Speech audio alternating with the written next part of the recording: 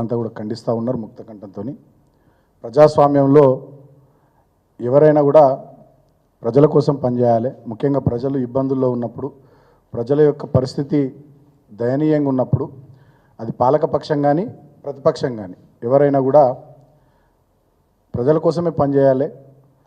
ప్రకృతి వైపరీత్యాలు సంభవించినటువంటి తరుణంలో రాజకీయాలను పక్కన పెట్టి రాజకీయాలకు అతీతంగా అందరం కూడా పనిచేయాల్సినటువంటి బాధ్యత మన మీద ఉంది. గతంలో ఉమ్మడి ఆంధ్రప్రదేశ్ రాష్ట్రంలో కానీ దేశంలోని ఇతర రాష్ట్రాల్లో కానీ ఇటువంటి వైపరీత్యాలు సంభవించినప్పుడు పార్టీలకు అతీతంగా, రాజకీయాలకు అతీతంగా, కుల మతాలకు అతీతంగా అందరూ కూడా పనిచేసినటువంటి సందర్భాలు. కానీ చిల్లర రాజకీయాలు చేస్తూ మొత్తం తెలంగాణలో ఒక విధ్వంసకర వాతావరణాన్ని సృష్టిస్తూ ప్రజల్ని, పార్టీల్ని, నాయకుల్ని భయాందోళనలకు గురి చేస్తూ ఒక రకమైనటువంటి రాక్షస క్రీడ రేవంత్ రెడ్డి వాళ్ళ తెలంగాణలో ముఖ్యమంత్రి హోదాలో నడిపిస్తూ ఉన్నాడు. నిన్న మాజీ మంత్రులు హరీష్ రావు గారు, మా సబితా ఇంద్రారెడ్డి గారు, పువ్వాడ జయ గారు, జగదీశ్వర్ రెడ్డి గారు, మా ఎమ్మెల్యేలు, మాజీ ఎమ్మెల్యేలు, మా మాజీ ఎంపీలు, ప్రస్తుత ఎంపీలు, ఎమ్మెల్సీలు ఆ బృందం మీద నిజంగా చంపే ప్రయత్నం జరిగింది, దాడి చేయడం జరిగింది. ఇది దుర్మార్గం. ప్రజాస్వామ్యంలో ఇటువంటి వాటికి తావులేదు. మేము కూడా 9.5 సంవత్సరాలు అధికారంలో ఉన్నాం. ఎన్నడూ కూడా అటువంటి ప్రయత్నాలు చేయాలి, అటువంటి పనులు చేయాలి. మా ప్రభుత్వం అధికారంలో ఉన్న 2 టర్ముల్లో రాహుల్ గాంధీ గారు తిరిగిర్రు, భారతీయ జనతా పార్టీకి సంబంధించిన పెద్దలు తిరిగిర్రు, వీళ్ళు రాష్ట్ర కాంగ్రెస్ నాయకులు కూడా పాదయాత్రలు చేసిర్రు, ఇతరులు చాలామంది కూడా తిరిగిర్రు. ఇష్టం వచ్చినట్టుగా ఎవరు పడితే వాళ్ళు, ఎట్లా పడితే అట్లా వాళ్ళ అభిప్రాయాలు చెప్పిర్రు. అయినప్పటికీ కూడా ఎక్కడ కూడా మేము విచక్షణ కోల్పోకుండా పనిచేసినమే తప్ప ఈ రకమైన వ్యక్తిగత దుగ్ధతోని ఈ రకంగా ఎన్నడూ కూడా ప్రవర్తించలే. చాలా బాధ్యతతో ప్రవర్తించినాం. మరి అదెవరో చెప్పినట్టుగా, పెద్దలు ఎవరో చెప్పినట్టుగా కనకపు సింహాసనమున శునకము కూర్చుండబెట్టి శుభలగ్నమున దొనరగా పట్టము కట్టిన వెనకటి గుణమేలవాను వినరా సుమతి అన్నట్టే ఉన్నది.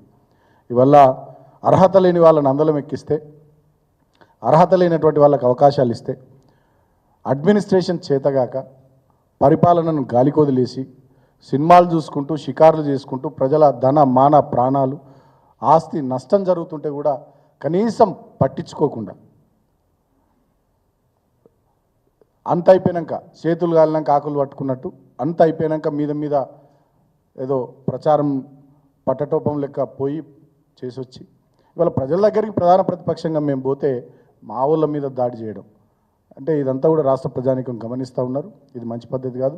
వీళ్ళందరికీ రాష్ట్ర ప్రజానీకం అందరికీ కూడా నేను విజ్ఞప్తి చేస్తూ ఉన్నా, మేధావులకు, బుద్ధిజీవులకు, అన్ని పార్టీల వాళ్ళకి విజ్ఞప్తి చేస్తూ ఉన్నా. ఇటువంటి వాటిని ముక్త కంఠంతో మనం అందరం ఖండిద్దాం.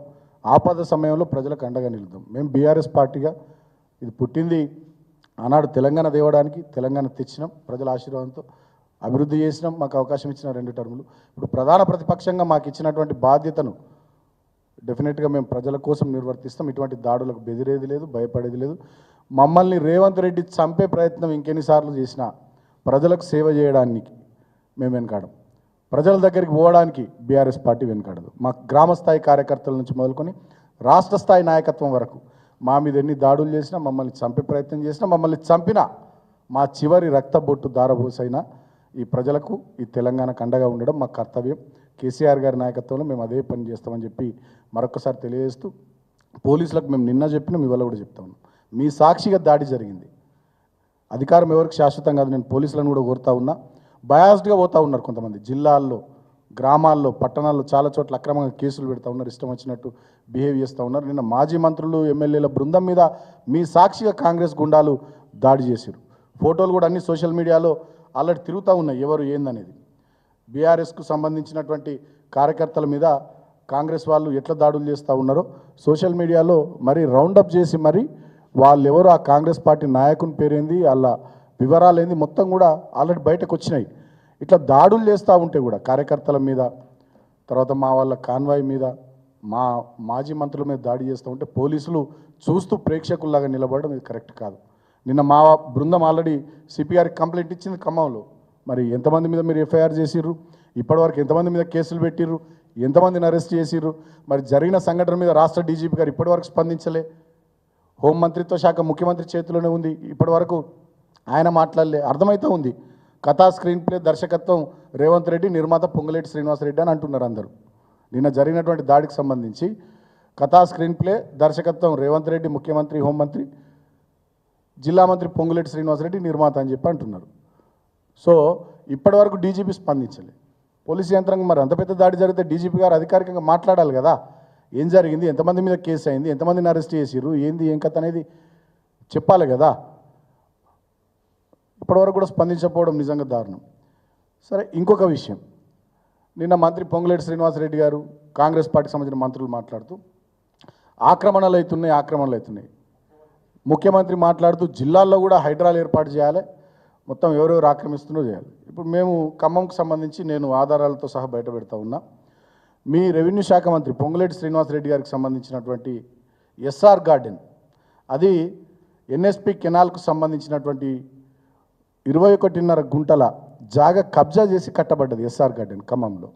నేను ఆధారాలతో సహా అధికారుల బృందం ఇచ్చినటువంటి నివేదికను ఇప్పుడు మీడియా సాక్షిగా నేను బయట పెడతా ఉన్నా. మరి ఆ ఎస్ఆర్ గార్డెన్ కూల్చేస్తారా? నేను అడుగుతా ఉన్నా ఈ ముఖ్యమంత్రి రేవంత్ రెడ్డి గారిని. 3 అధికారుల బృందం, తహసీల్దార్ గారు కానీ, అసిస్టెంట్ డైరెక్టర్ SNLR కానీ, ఎగ్జిక్యూటివ్ ఇంజనీర్ ఇరిగేషన్ డివిజన్ ఐబీకి సంబంధించినటువంటి వాళ్ళు ఇచ్చినటువంటి రిపోర్ట్ చాలా క్లియర్గా, we have surveyed the SR garden boundaries and found that the total extent of SR gardens is of 1 acre 34 guntas. Out of the above, an extent of 1 acre 7.5 guntas is in Patta land in survey number 140/1, and an extent of 0.21.5 guntas is situated in survey number 140/2, which is NSP acquired land as per NSP acquired subdivision record. Accordingly, we have marked the NSP encroached area. Nagarjuna sir project సంబంధించినటువంటి ఆ కెనాల్కు సంబంధించినటువంటి భూమి 21.5 గుంటలు కబ్జా చేసి దాంట్లోనే SR garden కట్టిరు, survey నెంబర్లతో సహా వివరాలతో సహా అధికారుల కమిటీ ఇచ్చినటువంటి నివేదిక. మరి ఖమ్మంలో కూల్చివేతలు మరి ఇక్కడి నుంచే మొదలు పెట్టాలని నేను ముఖ్యమంత్రి రేవంత్ రెడ్డిని కోరుతా ఉన్నా. కంచే చేను మేసినట్టు ప్రభుత్వంలో ఉన్న మంత్రులు, పెద్ద మనుషులు మీరే ప్రభుత్వ స్థలాలను, ప్రాజెక్టుల స్థలాలను, చెరువుల స్థలాలను, కాల్వల స్థలాలను కబ్జాలు చేసి గార్డెన్లు కట్టి మీరు రాజభోగాలు అనుభవిస్తూ డబ్బులు సంపాదిస్తూ మళ్ళీ మీదికెళ్ళి ఉల్టా చోర్ కొత్తవాళ్ళకో డాంటే అన్నట్టుగా మళ్ళీ మీరే మీదికెళ్ళి ఏమంటారు, ఆక్రమణలునే కూల్చేయాలి. మరి కూల్చేయరు ఎస్ఆర్ గార్డెన్స్. ఇది చాలా స్పష్టంగా పొంగులేటి శ్రీనివాసరెడ్డి రెవెన్యూ శాఖ మంత్రి ఆయనదే. మరి కూల్చివేస్తారా, కూల్చివేయరా, అధికారుల రిపోర్ట్స్ కూడా ఉన్నాయి. నేను మీడియా వాళ్ళకు కూడా ఇవన్నీ కూడా షేర్ చేస్తాను. దీని మీద ఇమీడియట్గా చర్యలు తీసుకోవాలని నేను కోరుతా ఉన్నా. అదే కాకుండా రాష్ట్ర వ్యాప్తంగా చాలా హడావిడి చేస్తూ ఉన్నారు వీళ్ళు, ఇక్కడ చేయాలి, అక్కడ చేయాలి, అది చేయాలి, ఇది చేయాలని. ఇప్పటి వరకు కాంగ్రెస్ పార్టీకి సంబంధించినటువంటి మంత్రులకు సంబంధించినటువంటి ఫామ్ హౌస్లు కానీ, అదేవిధంగా ఎమ్మెల్యేలకు, ఎమ్మెల్సీలకు సంబంధించినటువంటి ఫామ్ హౌస్లు కానీ, కాంగ్రెస్ పార్టీ సీనియర్ నాయకులకు సంబంధించినటువంటి ఫామ్ హౌస్లకు సంబంధించి చాలామంది సోషల్ మీడియాలో పెడుతున్నారు. మాకు తెలియదు, సోషల్ మీడియాలో పెడుతున్నారు, పేపర్లలో రిపోర్ట్ అవుతుంది. దానికి సంబంధించి ఇప్పటి వరకు ఏ చర్య కూడా ఈ ముఖ్యమంత్రి, ఈ ప్రభుత్వం తీసుకోలేదు.